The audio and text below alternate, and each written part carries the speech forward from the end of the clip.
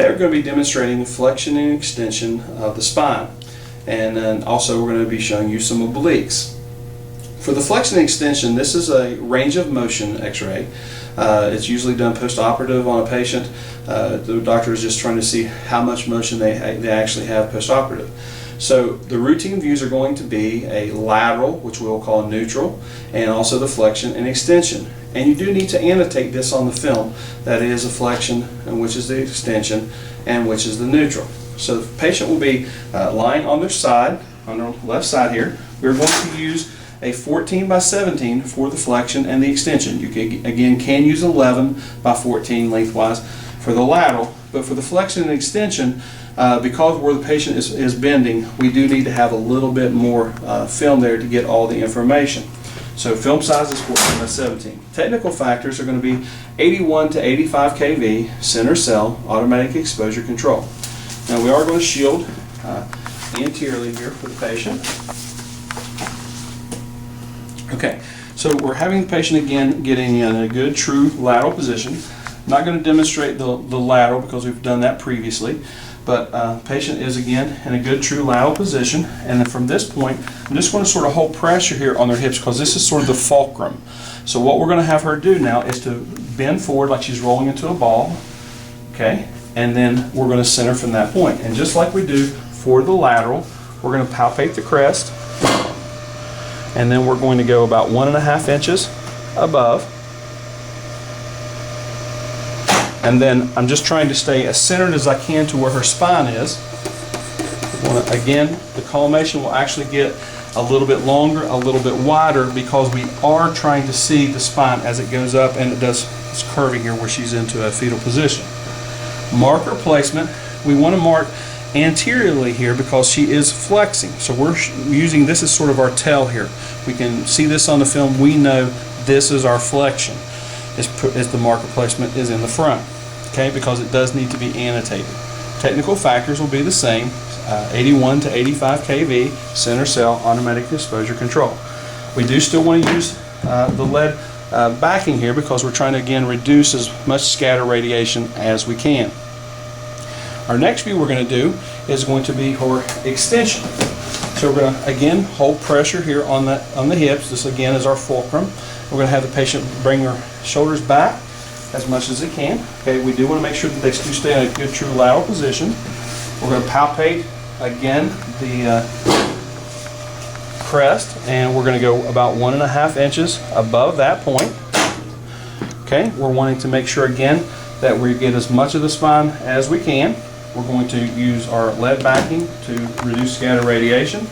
Now, since they are bending back, what I want to do is right here in the back here, there is an area in the light that I can use that's not in the field of view, sort of in this concaved area, that we can use the marker, and that will show us, it will again be our tail, that this is extension. So the patient is actually rolling back.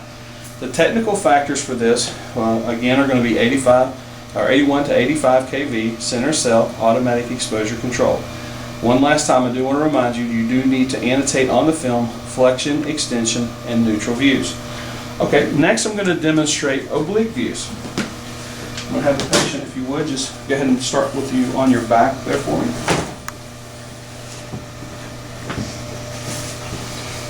Now we can use a sponge, which I'm going to use here. Our film size is actually going to go back to an 11 by 15.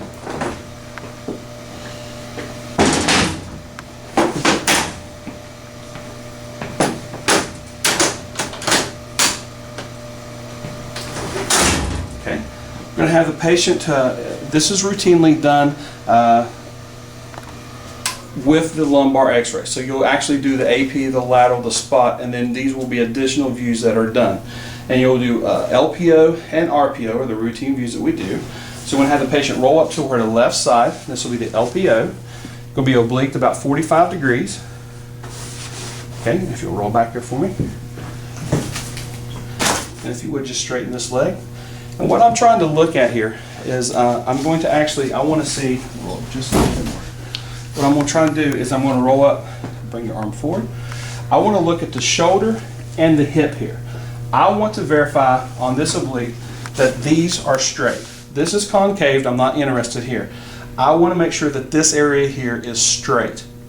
Okay, that with the correct oblique, that means the patient is going to be straight. Now, as far as your centering, we're going to palpate the crest. We're going to go 1.5 inches above the crest again. Okay, so that gets us the up and down portion. Then we're going to palpate the as is. We're going to go 2 inches medial, which is down here, to the as is. Okay, and that is our centering this way.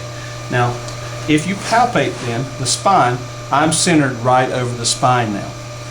Now the obliques of this, what we're trying to see is a Scotty dogs. That's an indication that you look at on the film and it actually shows, it looks like a dog, and it's a very good indication that the obliquity is correct.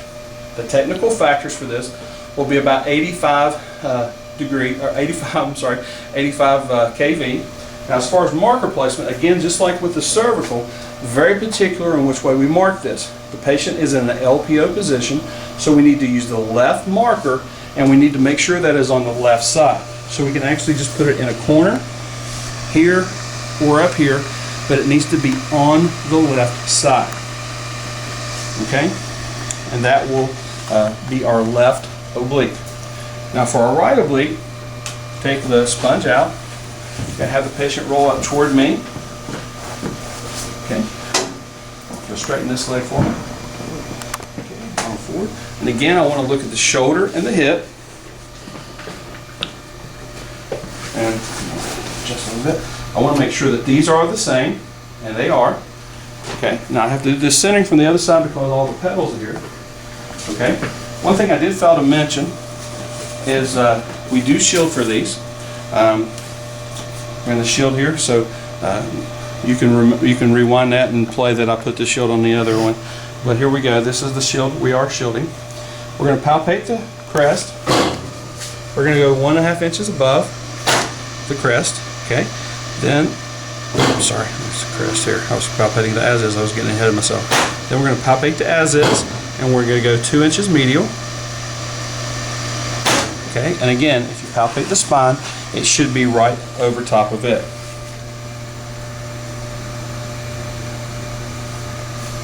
Okay, just verifying my center.